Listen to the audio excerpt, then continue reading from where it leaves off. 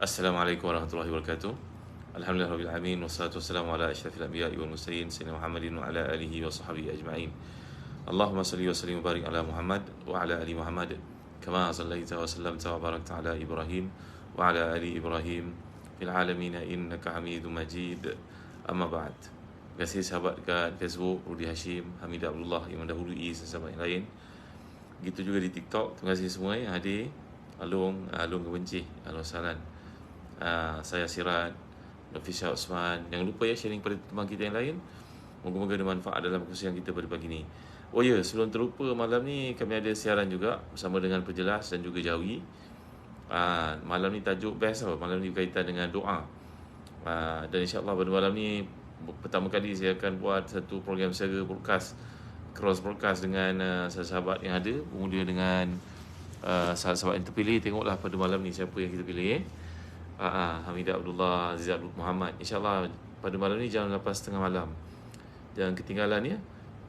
Kita nak dengar pandangan-pandangan yang bernas, idea-idea yang mulia daripada tuan-tuan sekalian. Nur Hidayah Basir, Al-Wasalam. Ya, Ustaz Nurulis, barakallahu fikum.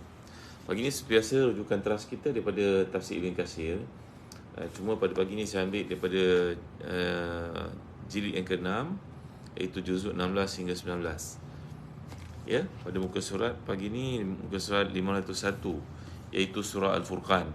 Lagi sekali saya ulang, pada pagi ni kita ambil jilid ke-6, muka surat ke-501, iaitu surah Al-Furqan. Sida sahal salam Rudi Hashim, barakallahu fikum. Terima kasih semua. Jangan lupa sharing pada teman yang lain. Moga ada manfaat ilmu yang kita jariahkan pada pagi ni. Aini al-wasalan, barakallahu fikum. Terima kasih semua. Baik, Mak Busu. Waalaikumsalam warahmatullahi wabarakatuh. Pagi ni kita nak meneliti tentang sifat-sifat yang dipuji oleh Allah SWT, iaitu sifat hamba-hambanya. Bayangkan kalau seseorang daripada kita mempunyai ayah, ibu yang menceritakan kebaikan kita kepada mungkin sepupu ke, adik-beradik ke, ataupun rakan taulan ke, hari raya ke. Orang kata fulan bin fulan, Mamat tu, si Ahmad tu, anak dia lah tu, rajinnya malam, rajin qiyamul lail pagi-pagi, subuh, sebelum subuh dah bangun. Lepas tu Isnin Khamis puasa lagi. Kalau ayah kita, ibu kita puji kita, tuan-tuan, menandakan betul lah perilaku kita demikian kan.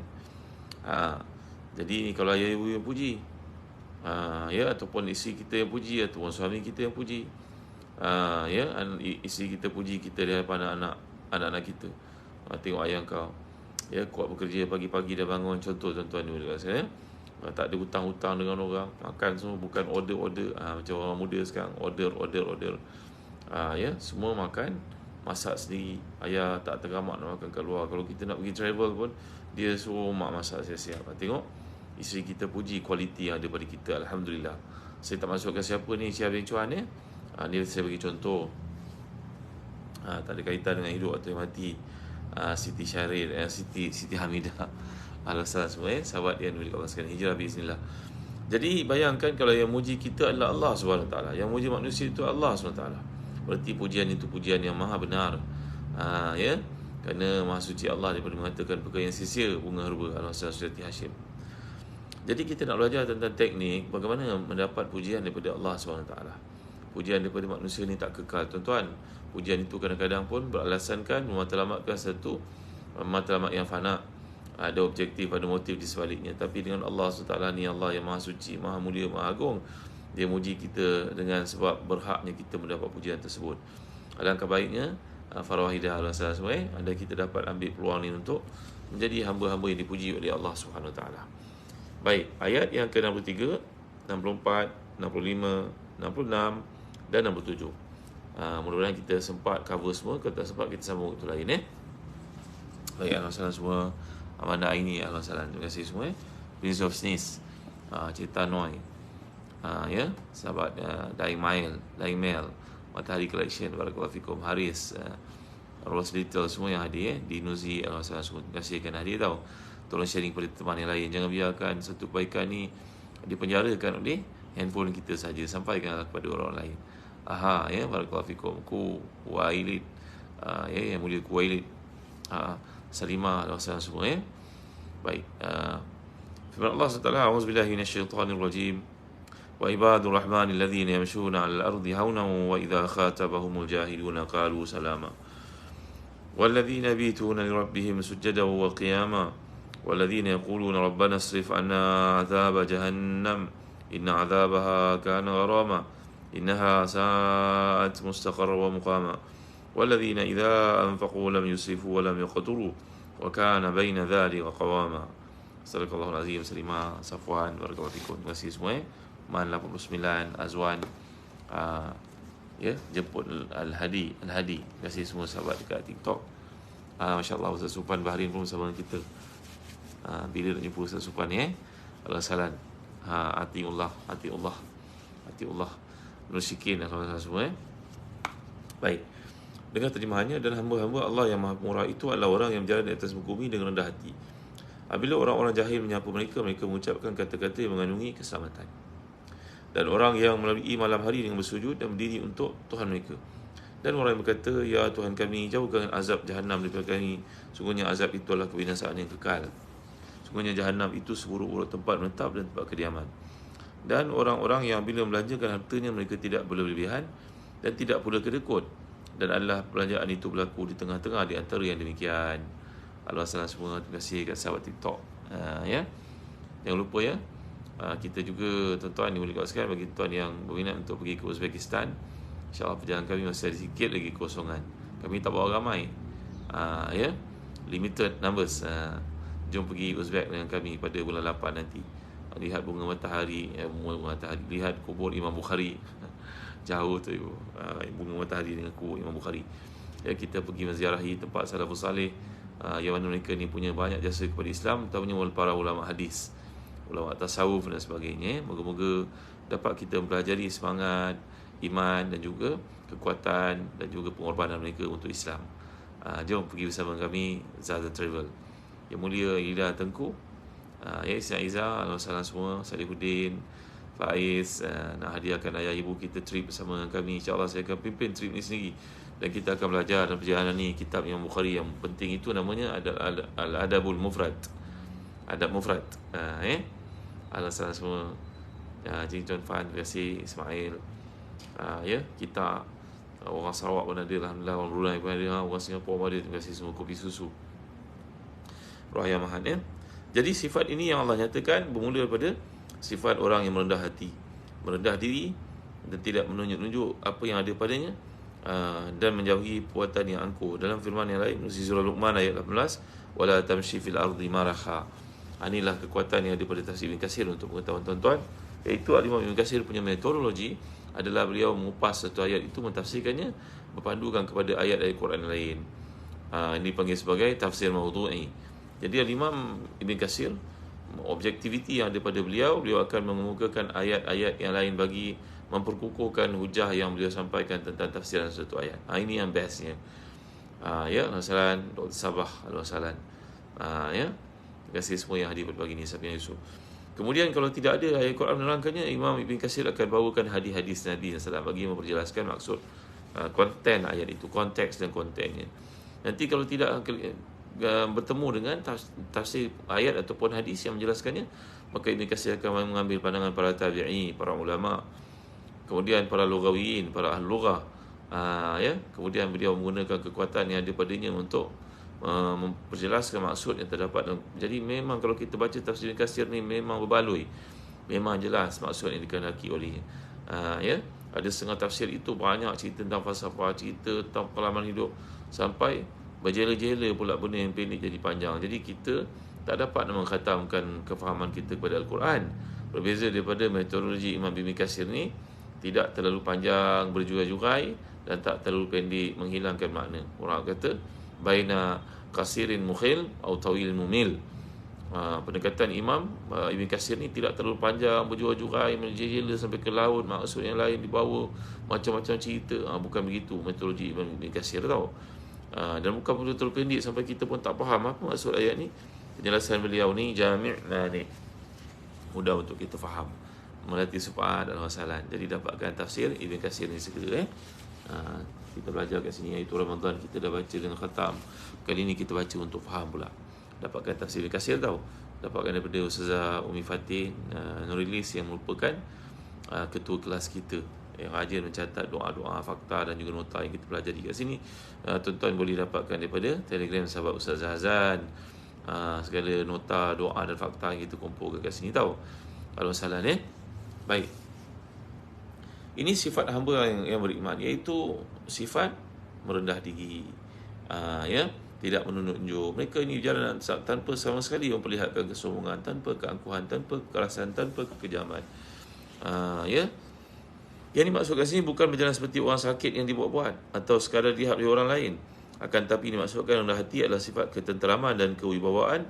Nabi telah bersabda, "Idza ataytumus salata fala ta'tuha wa antum tas'un, wa atuha wa 'alaikumus sakinah wa ma adraktum fasallu wa ma fatakum fatimu." Kalau kita lihat orang datang sembahyang ni, dengar imam dan nak rokok tu, baca surah pendek sebagai contohnya, wal 'asr innal insana lafi khusr, dan sampai pada hujung, wa tawasaw bil haqqi wa tawasaw bis sabr, dia nak rokok kan, maka makmum yang duduk kat pintu masjid ni berlari untuk tujuan apa? Jafri keselamatan bagi mendapat rakaat tersebut. Dipanggil idraku rakaah. Kalau tak nanti fawatu rakaah. Dia nak rokok bersama imam supaya dapat rakaat tersebut. Sebenarnya cara ni salah, tuan-tuan. Ya. Jadi yang sebenarnya bila kita mendengar imam dalam satu pergerakan dalam sembahyang itu, maka kita jalan dengan tenang, tak perlu berlari. Yang mana kita dapat, yang tak dapat tu kita tambah di hujung. Jadi ini antara pesan Nabi kita sallallahu alaihi wasallam untuk bersifat tawaduk, tenteram, tenang, jangan kelang kabut, jangan tergesa-gesa, jangan menunjuk-nunjuk. Ya.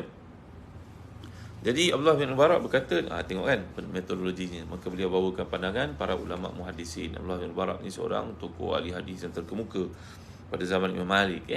Kaya beliau ni.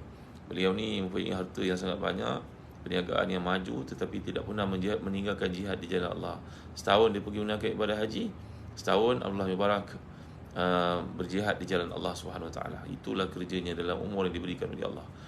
Bahkan nak cerita, tuan-tuan, ada kawan ya, Al-Wasalan, sahabat yang dimuliakan Allah sekalian. Ya, Allah Mubarak ni diceritakan musim haji dekat ni. Mungkin kan kita pun dah terima tawaran untuk pergi haji, pergilah, jangan tangguh-tangguh, tuan-tuan ya. Maka beliau pun memberitahu kepada jemaahnya, kampungnya, tempatnya, siapa nak pergi menunaikan ibadah haji, nilainya sekian-sekian banyak. Macam kita jugalah ada package yang mahal, yang murah, yang dekat, yang jauh kan. Kalau ada duit banyak, pergilah yang dekat, mudah nak beribadah kepada Allah. Tak ada duit, jangan kita kutuk-kutuk pula orang yang pergi dekat-dekat yang banyak wang, dan rezeki dia. Kita jalan jauh, insya-Allah banyak pahala. Jangan buka mulut menceritakan perkara-perkara itu, komen ini, komplain itu. Nanti takut-takut pahala kita diambil orang. Kita pergi haji sikit. Maka Allah Mubarak pada zamannya dahulu, lebih 1200 tahun yang lampau, Imam Ibn Mubarak mengatakan kepada penduduk tempatnya, siapa nak pergi menunaikan ibadah haji bersama aku, nilainya banyak-banyak sekali-sekali. Maka mereka pun datang, saya nak pergi, katalah ada 50 orang. Maka masing-masing mengumpulkan duit, membawa duit yang dikehendaki. Ibn Mubarak pun ambil duit itu, tak dalam peti. Okey, nama list kan.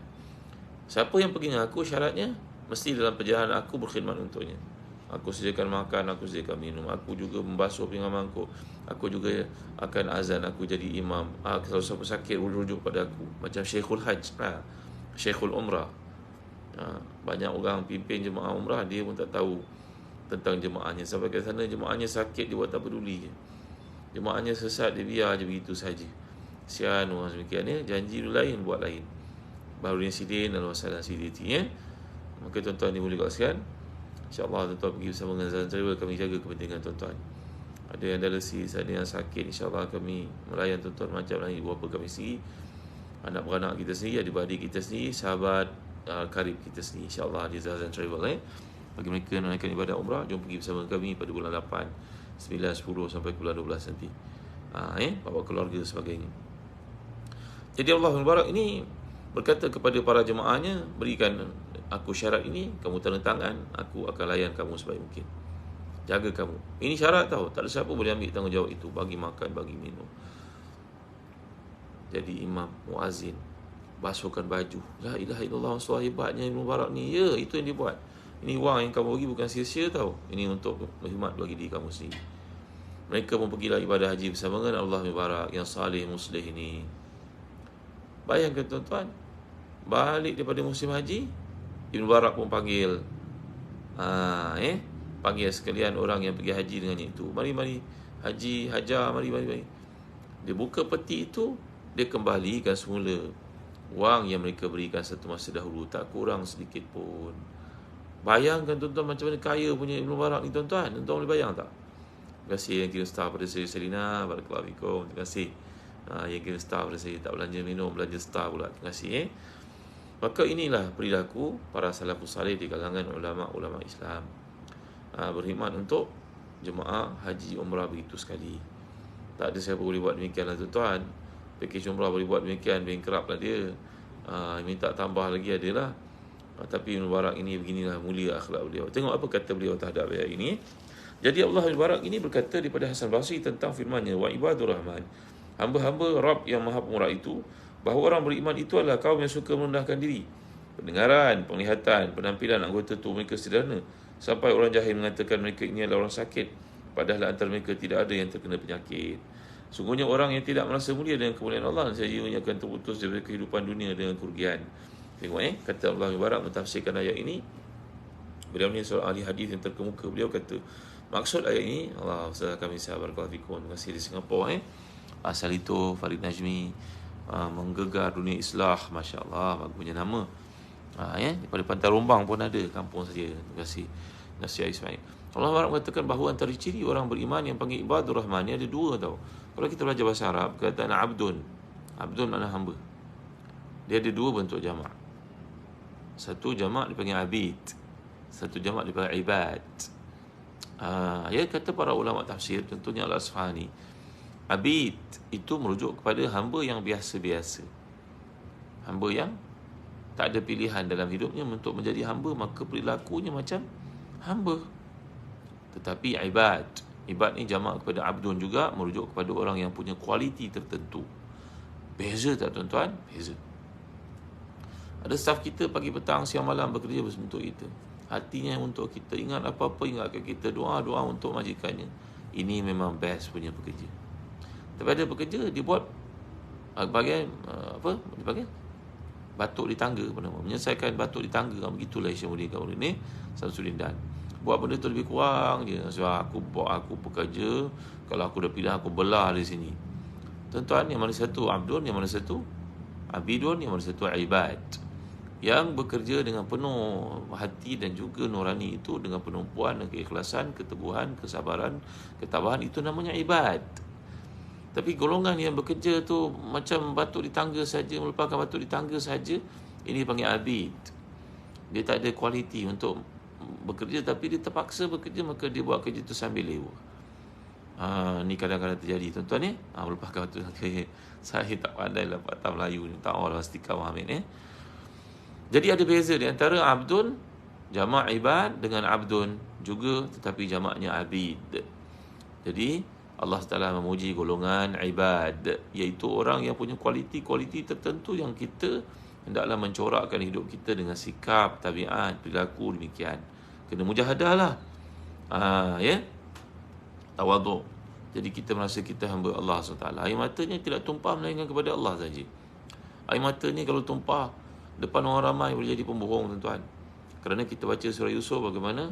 Waja'u abahum Isya ayyabkun. Datang anak-anak Nabi Yaqub itu kepada ayahnya pada waktu Isya dalam keadaan menangis.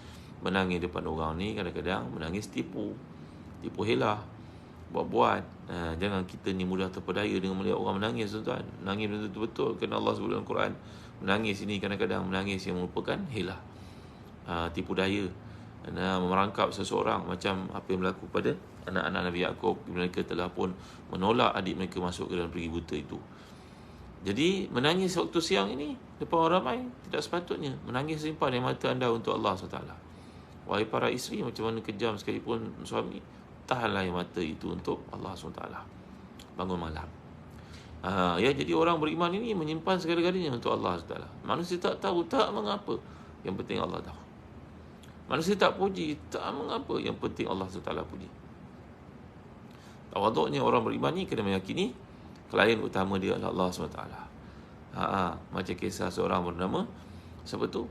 Sahabat Nabi namanya Zubair bin Awam radhiyallahu anhu warḍah. Punya anak-anak yang hebat-hebat, antaranya anak sulung dia yang pertama lahir, anak orang Muhajirin yang pertama lahir di Madinah. selepas penghijrahan mereka ke bumi Madinah. Siapakah anak itu tuan-tuan? Saya pernah sebut kepada tuan-tuan. Siapakah anak yang mula-mula lahir di kalangan anak-anak kaum Muhajirin bila Nabi berhijrah ke Madinah? Siapa dia? Deng. Siapa dia? Kita belajar sirah pula kita tuan-tuan ni.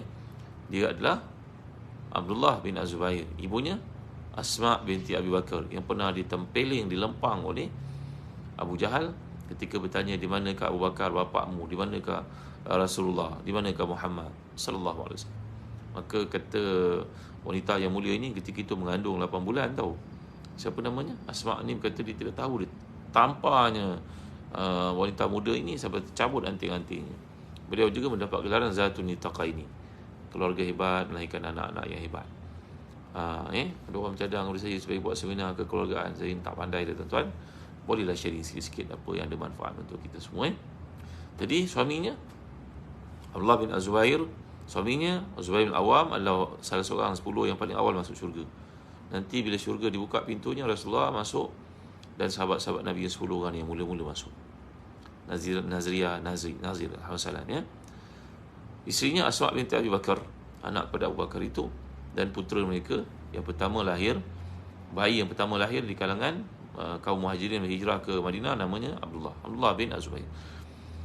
Bila matinya Zubair bin Awam ni, dia sebelum matinya pesan kepada anak dia yang sulung itu, iaitu Abdullah, wahai anakku, anak sulungku, kalau ayah mati, maka bayarkan hutang ayah.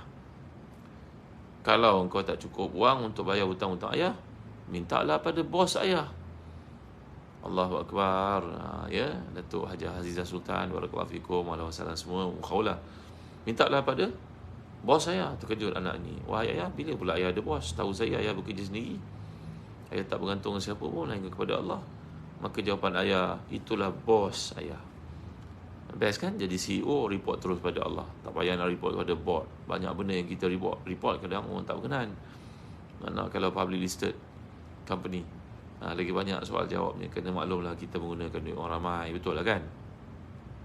Kalau company kita sendiri, terpulang lah. Kena pandai-pandai pun banyak juga soal siasat nanti daripada auditor sebagainya. Entah ni tengok P&L ataupun balance sheet tak sengit, nanti banyaklah persoalannya. Biasalah tuan-tuan ya. Tapi cerita Abdullah bin Az-Zubair ni, bila bertanya kepada ayah nak bayar hutang tak cukup wang, minta pada siapa? Minta pada Allah. Tuan-tuan, best kan? Hidup ini bergantung kepada Allah, bukannya kepada manusia. Allah yang buka pintu hati manusia untuk berurusan dengan kita. Allah yang membuka pintu hati manusia untuk membeli produk kita. Allah Ta'ala juga yang buka pintu hati manusia untuk menyayangi, menghormati kita. Ya, alangkah ruginya kalau orang menjadikan manusia itu sebagai hambatan utamanya. Dia cuba untuk please manusia keseluruhan. Ridhan nas ghayatun la tudrak. Zulhilmi, Dr. Zulhilmi ya. Ya, Limah Iman, Fauziah Jaafar, Rasul semua, Zawjah Azman, tuan-tuan, Nu'ayna Syakira, Safiana Yusuf. Kalau kita nak mencari keridhaan manusia, restu manusia itu memang kerja yang payah lah. Kata Imam Syafi'i, ridhan nas ghayatun la tudrak. Hajat manusia tu satu benda yang payah untuk kau penuhi. Kau takkan dapat penuhi. Kau cuba nak penuhi hajat orang ni, orang tak setuju, orang tu tak setuju. Bila nak selesai? Kan tuan-tuan dimulakan sekarang. Jadi pemimpin pun begitu juga. Kalau nak please semua orang, nanti jadi orang gila lah. Kita kena understand, kita sendiri kena study benda yang betul. Ya, kalau sibuk mendengar pandangan orang lain, bila nak buat kerja, ada yang kita kena dengar, ada yang kita boleh abaikan. Kerana tak semua pandangan itu wajar untuk diberi perhatian. Tuan-tuan ni, ada di politik yang dimulakan Allah sekalian. Baik. Jadi seterusnya Allah menyatakan, wa idza khatabahumul jahiluna qalu salama. Bila orang-orang jahil menyapa mereka, mereka mengucapkan kata-kata yang mengandungi makna keselamatan. Jika orang jahil mengumpat mereka dengan ucapan buruk, mereka tidak membalasnya, bahkan memaafkannya, membiarkannya. Kan? Jadi kadang-kadang berusaha dengan orang jahil ni, kita kena ada teknik sini tuan, kena ada strategi, kena ada kaedah dia. Kena ada wisdom mengatasi. Bayangkan seorang khalifah di kalangan Bani Abbasiyah dahulu, Bani Abbasi. Saya lupa namanya, disebut oleh Ibn Katsir rahmatullah alaihi dan kitab beliau Al-Bidayah wa Nihayah. Khalifah ni duduk bersama dengan menteri-menterinya. Tiba-tiba lolos masuk seorang rakyat biasa-biasa. Kan nak masuk jumpa raja menteri ni bukan senang kan. Ada banyak protokol, ada banyak SB, ada banyak soal jawab. Tiba-tiba dia terlepas masuk. Macamlah seorang peminat bola sepak terlepas masuk ke dalam padang. Walaupun kontrolnya kuat kan, security sebagainya. Maka dia pun masuk. Orang-orang tercengang semua. Dia pun tampil kepada khalifah dan cium khalifah, cium tangan khalifah, cium jubah khalifah. Kemudian dia pun keluarkan daripada bajunya sepasang kasut macam sandal lah, macam terompah lah. Dia kata, wahai khalifah Amirul Mukminin, panggilan kepada khalifah Amirul Mukminin, ya. Wahai Amirul Mukminin, ketua orang beriman, ini saya nak hadiahkan kepada tuanku capalnya Rasulullah sallallahu alaihi wasallam yang saya terima. Keluarga saya menyimpannya daripada zaman Nabi. Kepada itu datuk saya dulu adalah sahabat Rasulullah SAW. Dia pun membawa kepada khalifah satu selipar yang sudah usang, lusuh. Khalifah pun tengok, Masya Allah, selipar Rasulullah. Ya, khalifah ni pun ambil selipar itu, menciumnya, menjunjungnya atas kepala. Terima kasihlah bagi pada beta selipar Rasulullah. Terima kasih. Ya, wahai pembantu mai sini, Menteri Kewangan, nah ambil bagi pada hamba Allah ni 10,000 dirham untuk sepasang selipar yang lusuh, bagi 10,000 dirham. Seronok lah tu lah. 10,000 dirham ni macam kita kali RM40 tau. Berapa? 400,000 lah. 400,000, setengah juta, nak tak? Bawa selipar je dapat setengah juta. Lebih kurang Maka dia pun wazir tu pun, wazir mali tu, menteri jaga harta karun itu pun bawalah wang sebanyak 4,000 dirham ni tadi, 10,000 dirham ni tadi, untuk bagi kepada tuan-tuan, bagi kepada orang yang bawa selipar, dakwa selipar Rasulullah ni sallallahu alaihi wasallam. Dia pun pergi, ya. Dia pun berkata, terima kasih tuanku, panjang umur tuanku, murah rezeki tuanku, kekal atas tahta ni, dipujilah raja. Maka khalifah bercakap, mari sini, ambil lagi 10,000 dirham, bagi lagi dia 10,000 dirham. Khalifah kaya lah tuan-tuan. Jadi dibagi pada 20,000 dirham. Dah berapa? 20,000 kali RM40, RM800,000 dia dapat. Orang dulu kaya tuan-tuan. Mereka berusaha dengan dinar dan juga dirham. Ya. Jadi orang tu pun keluar dan keadaan gembira, bercahaya mukanya. Tuan-tuan, maka wazir pun tengok je dengan penuh terkejut, hairan, bingung, nak cakap apa pun tak tahu. Ni khalifah jangan main cakap, silap cakap kan, kena potong kepala kan. Tiba-tiba bila dia dah hilang daripada istana, dia dah pergi jauh, tak nampak dah. Maka khalifah berkata kepada wazir-wazirnya, engkau sekalian, engkau ingat aku bodoh ke? Ambil selipar entah mana-mana dia ambil ni, dan dia mendakwa ni selipar Rasulullah. Aku bodoh macam tu untuk terima kata-katanya tu. Maafkan saya tuan, kasau lah bunyinya bahasa orang Melaka tapi nak menyampaikan maksud begitulah. Aku tidaklah sejahil yang kau bayangkan, bahawa aku ambil selipar ni mudah begitu, aku terus saja tak tengok DNA, dia terus kata ni selipar Rasulullah. Tuan-tuan, raja yang bijak ni berkata kepada menteri-menterinya, tahu tak orang tu, aku tahu rakyat aku, dia memang orang susah. Jadi orang susah ni buat apa saja supaya dia dapat keluar daripada kesusahan. Ya, moga-moga ada orang yang dapat membantu dia. Aku dah beritahu pada menteri aku, jabatan belia ke apa ke, pergi mantau dia untuk melihat apa yang patut bantu dia untuk lebih maju dalam hidup, dan wang itu sebagai modal untuknya. Tengok tu khalifah punya cara fikir. Berbeza daripada kalau aku terus menafikan, berkata, aku tak percaya. Selipar entah mana-mana kau ambil ni, kau kata selipar Rasulullah, pergi belah kau. Kalau aku cakap begitu, orang macam dia keluar, pergi jumpa dengan rakyat, orang ramai, dan berkata kepada sekalian yang ada berjumpa dengan dia, teruknya khalifah kita, aku bagi hadiah selipar Rasulullah pun dia tak mau terima. Beza kan? Itulah cara berfikir orang bijak-bijak, pemimpin. Dia kena absorb semua benda. Dia kena, apa istilahnya, kena wisdom lah, kena bijaksana. Kepimpinan ni bukan benda yang boleh dibuat-buat tuan-tuan, dia kena latihan. Ya, itu sebab saya pesan kepada tuan-tuan, nanti kita pelajari surah Luqman, kita pelajari sifat kepimpinan kan. Ada juga kat hujung ni tentang doa orang beriman supaya anak-anak mereka jadi orang yang ada kualiti kepimpinan. Nanti kita belajar sikit-sikit tafsir tadbir. Kita tafsir Quran, kita tadbir kehidupan kita seperti yang Quran nak. Nak tak? Best kan? Kita faham Quran, kita dapat amalkan walaupun sikit daripada kualiti yang ada dalam kepimpinan ataupun apa yang digaris pandukan oleh Quran itu, maka jadilah kehidupan kita lurus macam ihdinas siratal mustaqim. Maka saya nak bagi pada tuan-tuan poin ini. Kadang-kadang jadi pemimpin macam tu, kita terpaksa mengiyakan pandangan orang, bukan dengan tujuan untuk mengatakan yang salah itu betul, yang betul bukan. Tapi ada ketikanya jangan banyak berdebat dengan orang lah, nanti buang masa. Orang pun tengok apa kerja tak buat ni. Ya, kan jadi pemimpin begitu gayanya. Kena absorb, kena learn to absorb. be good listener. Dengar apa yang orang cakap tu untuk kita hargai. Oh begitu belum tentu kita ambil. Tapi ada keadaannya macam tu. Maka Khalifah ni berkata, kalau aku tolak, aku buang, aku menafikan, nanti dia keluar. Pandangan itu ada weight tau. Dia bercakap dengan orang, nanti orang percaya lebih daripada aku percaya. Ya, bayangkan tuan-tuan dimuliakan Allah sekalian.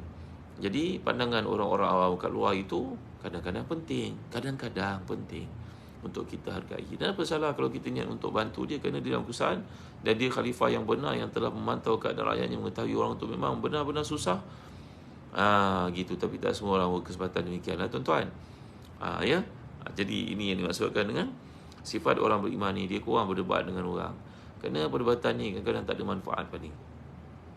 Kecuali lah kalau ia penting untuk menegakkan kebenaran, betulkan silap faham, itu penting. Tapi kalau kita tahu outputnya, outcome-nya memang tak ada apa kebaikan pun, sama saja dengan sebelumnya, maka eloklah kita menjauhinya. Kerana bercakap dengan orang jahil ni penyakit sebenarnya. Dia boleh mentoksitkan diri kita. Ya, wa idza khatabahumul jahiluna qalu salama. Bila orang jahil menyapa, mereka mengucapkan kata-kata yang ada keselamatan. Itu ya betul. Ya, seorang suami yang bijak pesan pada isinya, abang berkahwin dengan awak kan, awak kena tahu mak abang begini. Mak abang ni cukup pantang kalau orang sanggah dia, walaupun dia salah. Jadi kalau dia cakap apa pun cakap ya je.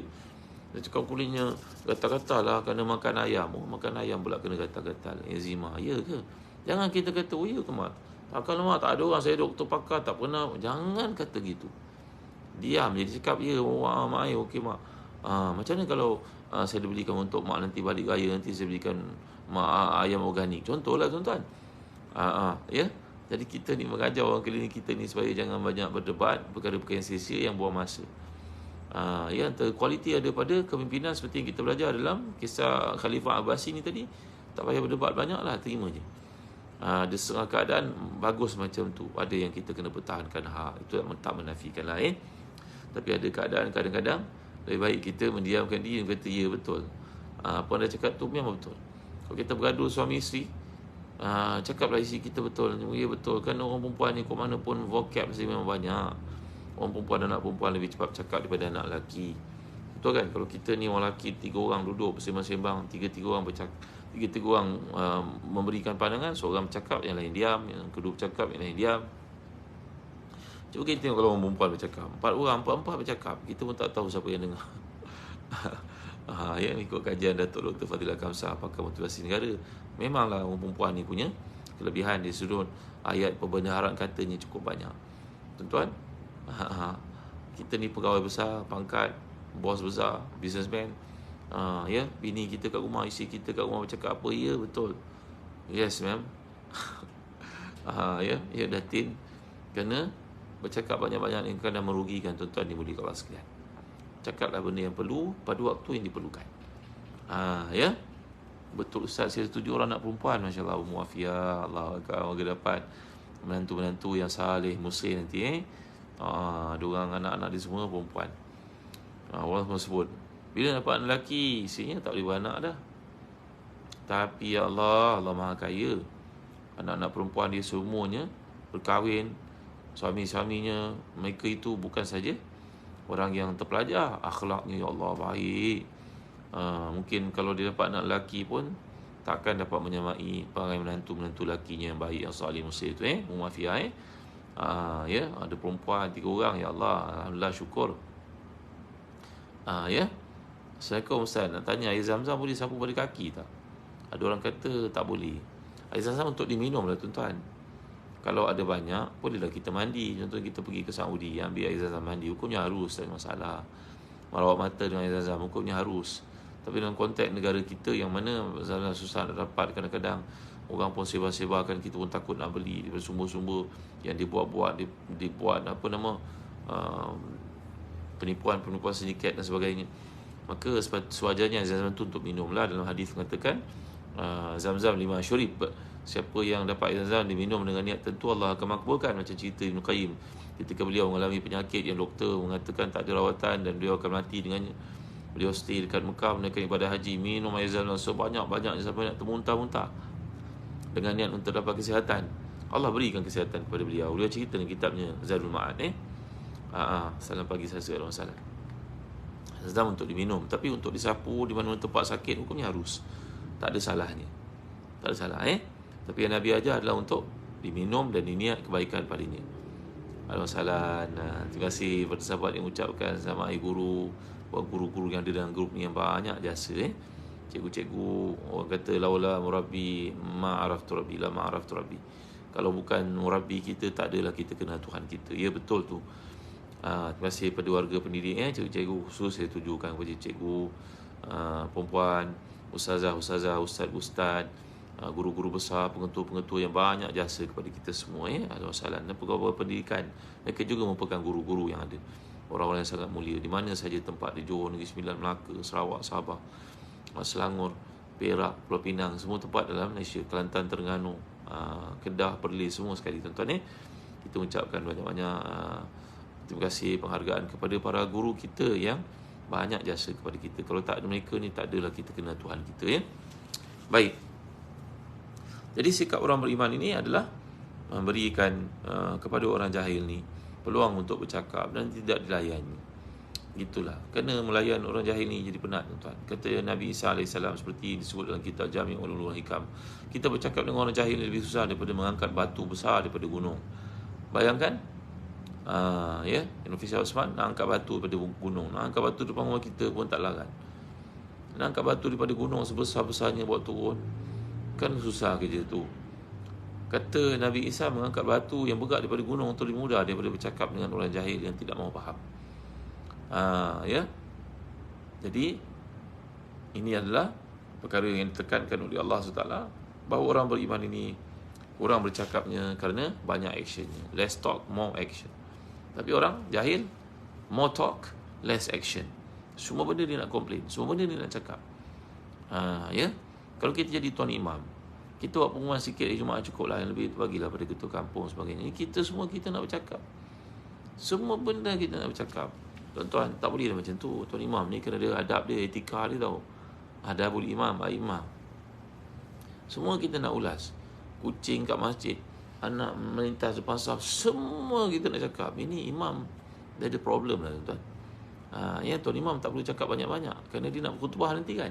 Orang nak dengar khutbah dia, komplain dan sebagainya, benda-benda yang berkaitan dengan isu masjid tu bagi JK cakap lah, bagi Rusia cakap lah. Ni kalau hari raya dia cakap paling panjang, dah JKKK bercakap, diulas lagi pula. Ini imam, tuan-tuan, ini boleh kasihan. Dia kena baca surah Al-Furqan tau. Kita kena ada kalanya kita bercakap, likuli maqamin maqal.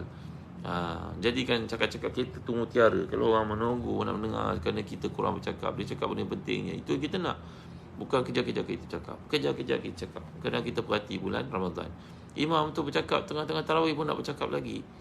Anak-anak sekalian, tolong masuk sini, tolong masuk.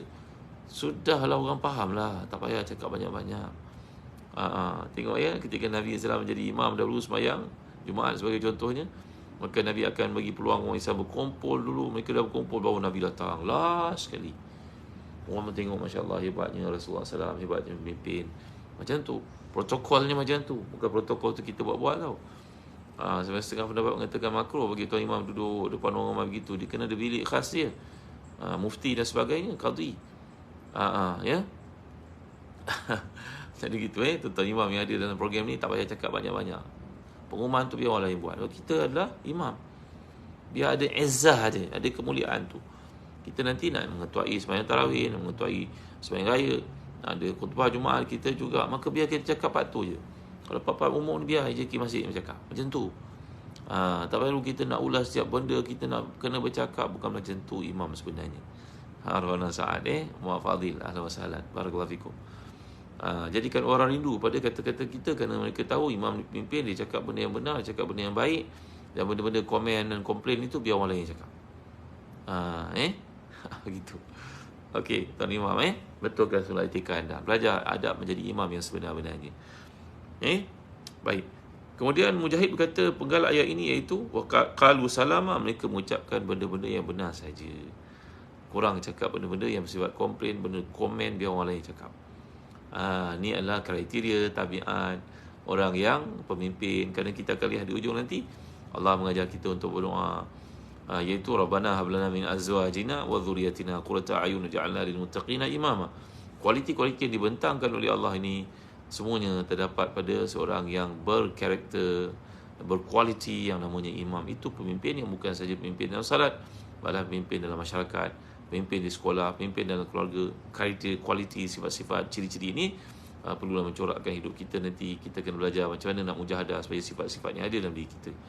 Saya rasa cukup setakat ini dulu tuan-tuan. Terima kasih kepada yang telah sharing, pada teman-teman rakan taulan. Malam ni jangan lupa malam ni kita ada siaran lagi jam 8.30 malam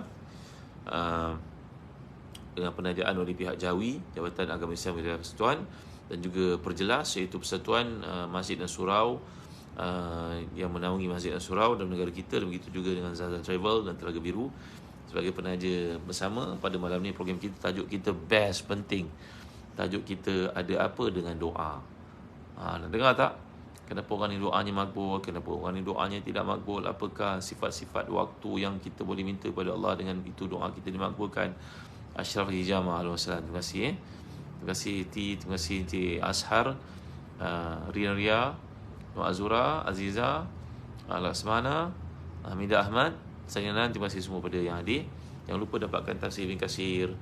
Ya, mudah-mudahan dapat menyuluh kehidupan kita dengan pandangan yang mulia para ulama ini berdasarkan kepada ayat, tafsir ayat dengan hadis, dan juga pandangan para ulama. Lutah hati dapatkan tafsir Katsir daripada Ustaz Zanulis. Masuk dalam Telegram sahabat Ustaz Zahzan.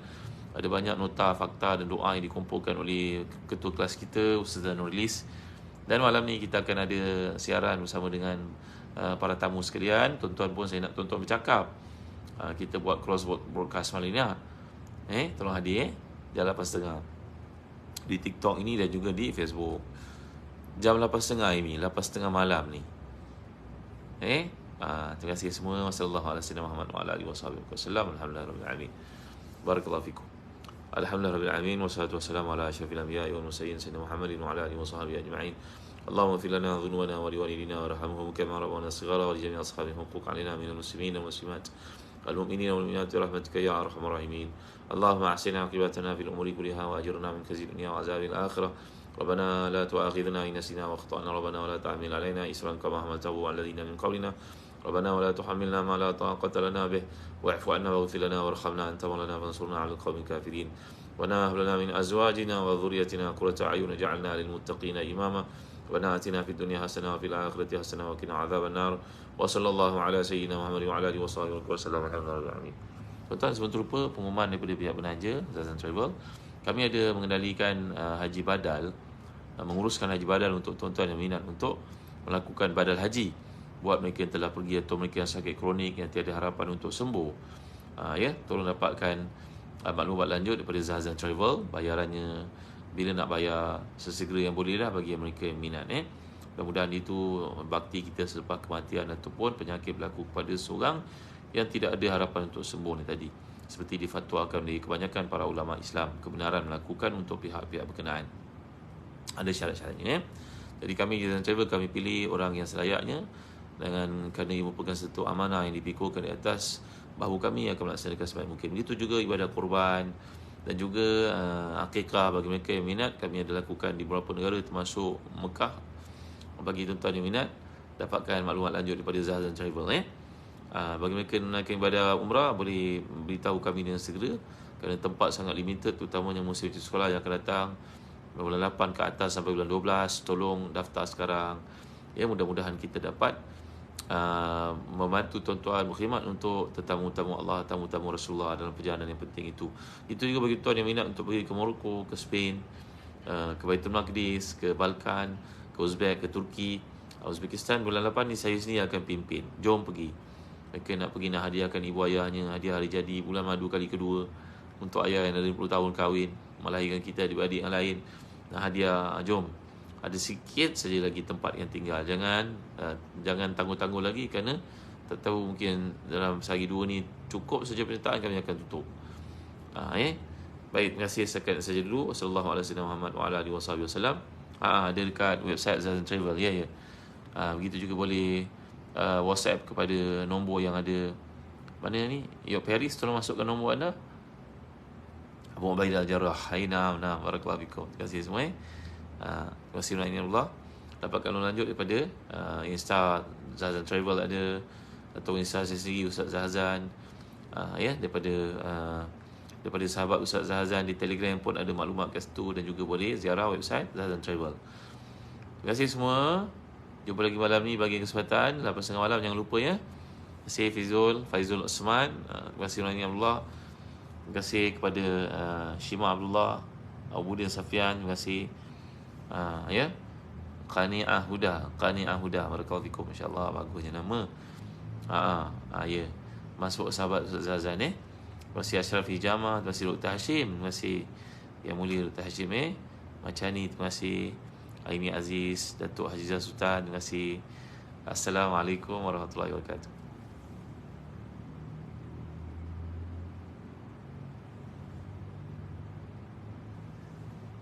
Terima kasih Husina, terima kasih Ustaz Nulis, terima kasih kami terima kasih. Assalamualaikum warahmatullahi wabarakatuh. Rudi Hashim, terima kasih boleh klik kat on pay tu untuk pergi direct kepada website Zazan Travel. Ya betul, terima kasih Ustaz Nulis, terima kasih sekali lagi. Kak Nur, terima kasih. Assalamualaikum warahmatullahi wabarakatuh.